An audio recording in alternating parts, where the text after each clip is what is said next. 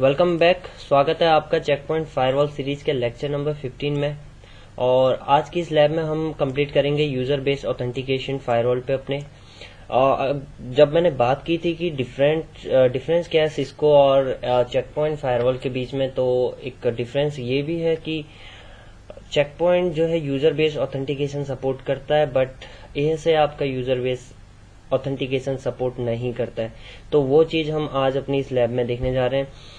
User based authentication means कि आप अपनी फायरवॉल पे यूजर क्रिएट करते हैं और उसके बिहाफ पे आप उसके लिए रूल सेटअप करते हैं। अभी तक हमने जितने भी रूल सेटअप किए थे वो आईपी एड्रेस के बिहाफ पे किए थे, लेकिन अगर हमें किसी यूजर के बिहाफ पे रूल सेट करना हो तो हम कैसे करेंगे, वो कैसे वर्क करेगा, ये चीज हम आज देखेंगे।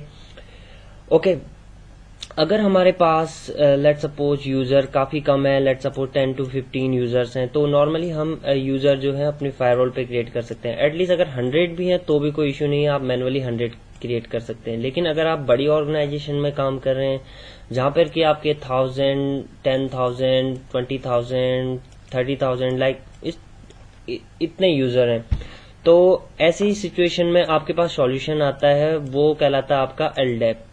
तो एलडैप की लैब करने से पहले हम जो छोटी मोटी लैब है हमारी यूजर बेस्ड ऑथेंटिकेशन और क्लाइंट बेस्ड ऑथेंटिकेशन, इन दो कॉन्सेप्ट को हम समझेंगे। तभी हम जब एलडैप की लैब करेंगे तो ये हमारे लिए काफी बेनिफिशियल होगा समझना एलडैप की लैब को। तो आज की लैब में हम देखेंगे user based authentication and then next lecture में हम देखेंगे क्लाइंट बेस्ड ऑथेंटिकेशन। ओके, तो चलिए शुरू करते हैं अपने लेक्चर को।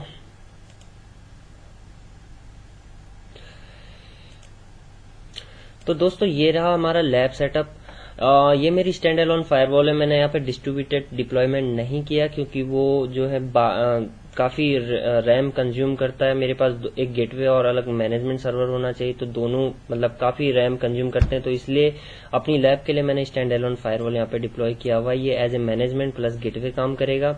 मेरा जो ये इंटरफेस है ETH 0 है, ETH 0, और इसको मैंने आईपी दिया 192.168.1.2 एंड ये इंटरफेस मेरा है ETH 1 जो कि मेरा एक्सटर्नल इंटरफेस है, इसको मैंने आईपी दिया है 2। ये मेरा एक्सटर्नल सर्वर है। लेट सपोज ये मेरा सर्वर है, सर्वर का आईपी है 172.168.1.1 और ये यूजर है, यूजर यानी मेरा अपना पीसी, माई पीसी। ओके, तो इसे ये एज ए एडमिन पीसी बोलें या ये यूजर बोलें, ये अभी आज की लैब में हम इसे देखेंगे।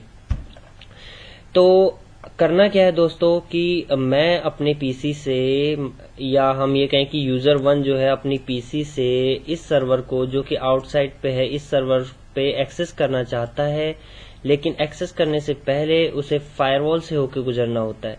तो जब फायरवॉल से होकर वो गुजरता है तो फायरवॉल उसे ऑथेंटिकेट करता है, और जब फायरवॉल उसे ऑथेंटिकेट करता है तो वो एबल होता है अपने सर्वर को एक्सेस करने के। अगर मैं इस यूजर को यहाँ पे रूल क्रिएट करता हूँ कि मुझे ड्रॉप करना है इस सर्वर पे जाने के लिए, तो मैं यहाँ पे रूल क्रिएट कर सकता हूँ। अगर मुझे एक्सेप्ट करना है तो मैं एक्सेप्ट करूंगा। तो यहाँ पे मैं जो भी रूल क्रिएट करूंगा वो अभी तक मैं आईपी एड्रेस के बिहाफ पे क्रिएट करता था। अब मैं जो रूल क्रिएट करूंगा वो यूजर बेस यानी यूजर के बिहाफ पे मैं अब रूल क्रिएट करूंगा।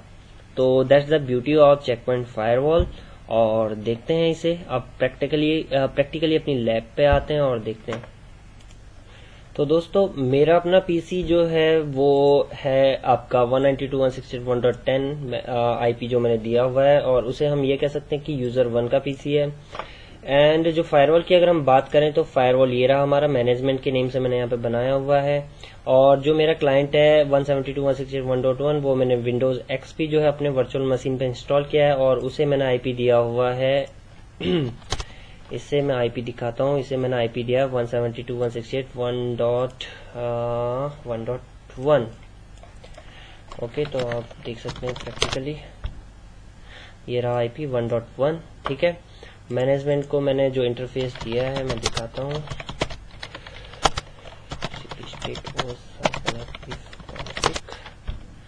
तो ये रहा तो ETH 0 को मैंने 192.168.1.2 दिया हुआ है, 172.168.1.2 मैंने एक्सटर्नल इंटरफेस को दिया है। ये जाता है सीधे विंडोज XP के पास जाता है जो कि हमारा सर्वर है। ओके। एंड 1.2 के अलावा जो है मेरे पीसी का आईपी है 1.10 192.168.1.10 जो कि मेरा अपना पीसी या यूजर 1 के पीसी का आईपी एड्रेस है। तो चलिए शुरू करते हैं अपनी लैब को और आगे बढ़ते हैं। तो यूजर बेस ऑथेंटिकेशन के लिए मुझे स्मार्ट डैशबोर्ड पे लॉगिन होना पड़ता है एंड जो भी मैं रूल क्रिएट करूंगा वो स्मार्ट डैशबोर्ड से क्रिएट करूंगा। तो स्मार्ट डैशबोर्ड आप लोगों के सामने है। तो जब भी हम यूजर बेस ऑथेंटिकेशन करते हैं तो उसके लिए यहाँ पर दोस्तों एक ऑप्शन आता है ये यूजर एंड एडमिनिस्ट्रेटर का। तो आप इसे सिलेक्ट करेंगे इस टैब को। उसके बाद नंबर 1 पे हम जो है एक यूजर क्रिएट करेंगे एंड सेकंड पे हम उस यूजर को एक ग्रुप में कॉल करेंगे। लेट सपोज कल के दिन मैं 10 यूजर क्रिएट करता हूं तो मैं उसको सेम ग्रुप में ऐड करके उसके लिए रूल क्रिएट कर सकता हूं। मुझे 1 to 1 रूल क्रिएट करने की जरूरत नहीं पड़ेगी। तो मैं यूजर क्रिएट करता हूं, new user default and user का नेम मैं देता हूं यहाँ पे यूजर 1, राइट। ओके, आप कमेंट दे सकते हैं। लेट सपोज ये किसी यूजर जॉन का पीसी है, जॉन एंड ईमेल एड्रेस आप दे सकते हैं, मोबाइल नंबर आप देना चाहो दे सकते हैं। आप उस यूजर को कब एक्सपायर करना चाहते हैं वो आप यहाँ पे एक्सपायरी डेट यहाँ पे मेंशन कर सकते हैं। उसके बाद ग्रुप है, आप किस ग्रुप में ऐड करना चाहते हैं। ऑथेंटिकेशन में यहाँ पे चेक पॉइंट पासवर्ड सिलेक्ट कर लेता हूँ क्योंकि रेडियस या टेकएक्स ये अभी हमारे पास सर्वर है नहीं। सिक्योर आईडी आपका आरएसए टोकन आईडी आपने देखा होगा, आरएसए टोकन और आरएसए सिक्योर आईडी होता है। ओएस पासवर्ड जो है ये विंडोज का, अगर आपका विंडोज सर्वर है और विंडोज सर्वर पे आपने जो है चेक पॉइंट को इंस्टॉल किया है तो आपने जब भी देखा होगा जब आप न्यू ओएस डाउनलोड करते हो चेक पॉइंट की साइट से तो आपके पास ऑप्शन आता है कि आप इसे ओपन सर्वर के लिए यूज करना चाहते हैं या हार्डवेयर बॉक्स के लिए या विंडोज प्लेटफॉर्म के लिए। तो ये विंडोज ओएस पासवर्ड जो है आपका विंडोज प्लेटफॉर्म पे यूज होगा। तो अभी करंटली हमारे पास ना सिक्योर आईडी है, ना ओएस पासवर्ड, ना रेडियस, ना टकाक्स, तो ओनली सिंगल पॉइंट बचता है चेक पॉइंट पासवर्ड। तो हम इसे सिलेक्ट करते हैं। पासवर्ड मैं यहाँ पे नॉर्मली दे देता हूँ अभी admin@123। ओके, एंड बाकी लोकेशन टाइम ये आप पे डिपेंड करता है। ये क्या एरर आया, the password should contain at least 4 character and no more than 8 character. Okay, तो minimum maximum 8 character ADMIN admin 123 कर देता हूँ। @ मैंने हटा दिया है। ओके, एंड क्रॉस चेक कर लेते हैं यूजर 1, ठीक है। ओके, तो मेरा ये यूजर क्रिएट हो गया। अब मैं यूजर ग्रुप में जाता हूँ, यहाँ पे न्यू ग्रुप क्रिएट करता हूँ। ग्रुप का नेम मैं यहाँ पे मेंशन कर देता हूँ नेटवर्क सील, अच्छा नाम है SHIL। Okay, and network seal को मैं नीचे यहाँ पे कर देता हूँ कि सब्सक्राइब करें एंड यूजर 1 मैं ऐड कर देता हूँ। यहाँ पे अवेलेबल मेंबर जो यूजर 1 था, अगर यहाँ पे बाकी अगर अदर यूजर आपने क्रिएट किए होते तो वो भी यहाँ पे रिफ्लेक्ट करते। तो यूजर 1 को मैंने यहाँ पे ऐड कर दिया। Okay, it's a very simple app, काफी इजी है। अब हम यहाँ पे रूल क्रिएट करते हैं। तो ये तो मेरा बाय डिफॉल्ट स्टेल्थ रूल मैंने क्रिएट किया था, ये मेरा क्लीन अप रूल है। तो मैं इसके ऊपर में एक रूल क्रिएट करता हूँ अबव सोर्स में। जब यहाँ पे हम अभी तक ऐड करते थे तो यहाँ पे ये जो है आपको आईपी एड्रेस दिखाता था। तो अभी हमें क्या करना है, सोर्स में राइट क्लिक करना है, राइट क्लिक करना है, ऐड ऑब्जेक्ट में जाना है, ऐड लेगेसी यूजर एक्सेस करना है। ओके, तो ऑल यूजर या नेटवर्क सील, तो मैं चाहता हूं कि मैं नेटवर्क सील को ऐड करूं। यहाँ पे ऑल यूजर भी करेंगे तो भी हमारे पास ओनली सिंगल यूजर है, अभी हमने ऐड क्रिएट किया हुआ। तो अभी हम नेटवर्क सील को ऐड कर देते हैं यूजर को। ओके, ये मैंने ऐड कर दिया। डेस्टिनेशन में एनी की जगह मैं सर्वर का आईपी दे देता हूँ अपने 172.168.1.1, जो कि अभी ऐड नहीं है, मुझे मैनुअली ऐड करना पड़ेगा। Post, okay, and done. उसके अलावा वीपीएन अभी हमने क्रिएट नहीं किया है। सर्विस मैं HTTPS, अगर मेरे को वेब बेस्ड ऑथेंटिकेशन करना है तो मैं HTTP okay, HTTP in case अगर मैं ओके HTTP कर दिया मैंने। ICMP क्रिएट कर देता हूँ, ICMP में ग्रुप ऐड कर देता हूँ। Action accept, track log, time any comment, तो डन। तो ये हो चुका है। अब मैं पॉलिसी इंस्टॉल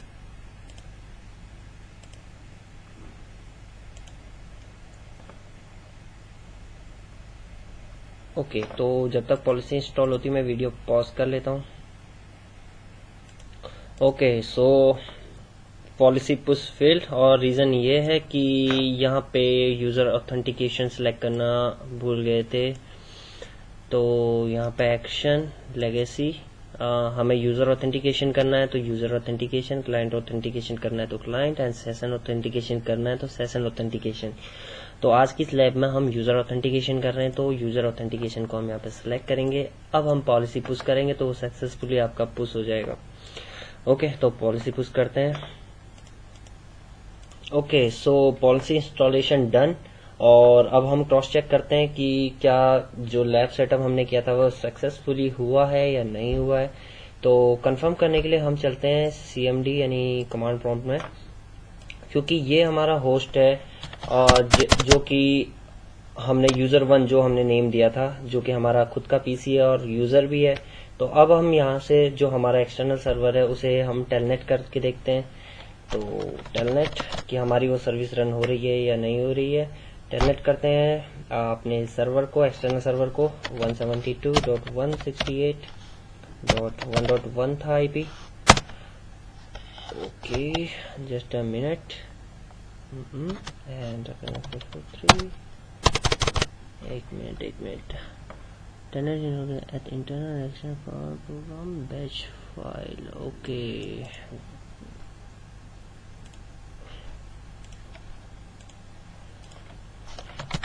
telnet 172.168.1.1। ओके, तो डन। तो यहाँ पे देख सकते हैं आप, Check Point firewall 1 authenticated telnet server running on standalone. तो अब यहाँ पर आपको यूजर को अपने क्रेडेंशियल इंटर करने हैं, एंड देन ये आपका जो है उस सर्वर पे कनेक्ट हो जाएगा। तो जब क्रेडेंशियल आपके मैच कर जाएंगे, ऑथेंटिकेट होगा चेक पॉइंट फायरवॉल से, एंड देन वो आपको आगे फॉरवर्ड करता है।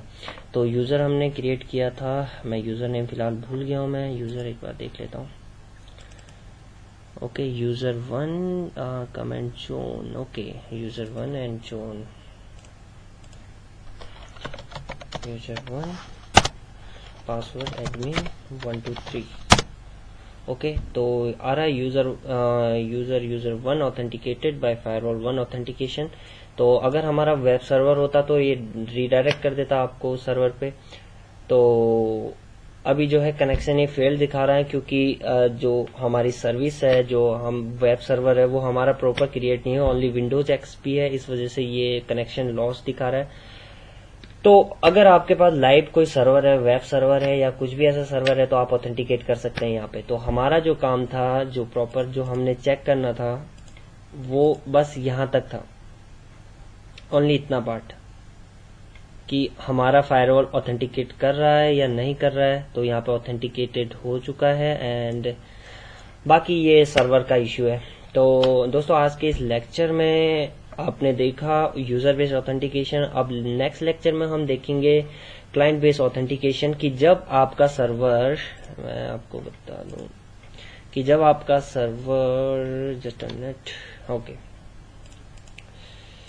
जब आप यहाँ बैठे हैं और आप जो है किसी इंटरनल यानी कंपनी के इंटरनल नेटवर्क से कनेक्ट होना चाहते हैं। तो अभी तक हमने देखा यूजर बेस्ड ऑथेंटिकेशन में येलो लाइन से, अभी तक हमने ये ट्रैफिक देखा है।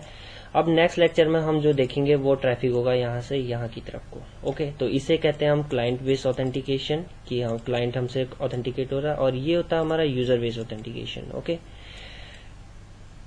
तो जब ये दोनों चीजें हमारी क्लियर हो जाएंगी, तब हम आगे बढ़ेंगे LDAP की लैब के लिए। ओके, तो अगर आप लोगों को ये हमारे लेक्चर पसंद आया हो, आपको हमारे लेक्चर पसंद आ रहे हैं, तो ऑब्वियसली आप प्लीज अपने फ्रेंड्स को शेयर कीजिए, सब्सक्राइब कीजिए, लाइक कीजिए, कमेंट कीजिए। अगर आप कुछ न्यू चेंजेस चाहते हैं, आप चाहते हैं कि कुछ नया एडवांसमेंट हो, कुछ इनहेंस हो, अच्छी चीजें इसमें हमारे लेक्चर में, तो डोंट बी सेम, आप कंफ्यूज ना हो उस चीज को लेके, आप हमें कमेंट कीजिए। ओके, तो आज के लेक्चर में इतना ही, बाकी दुआओं में याद कीजिएगा। धन्यवाद।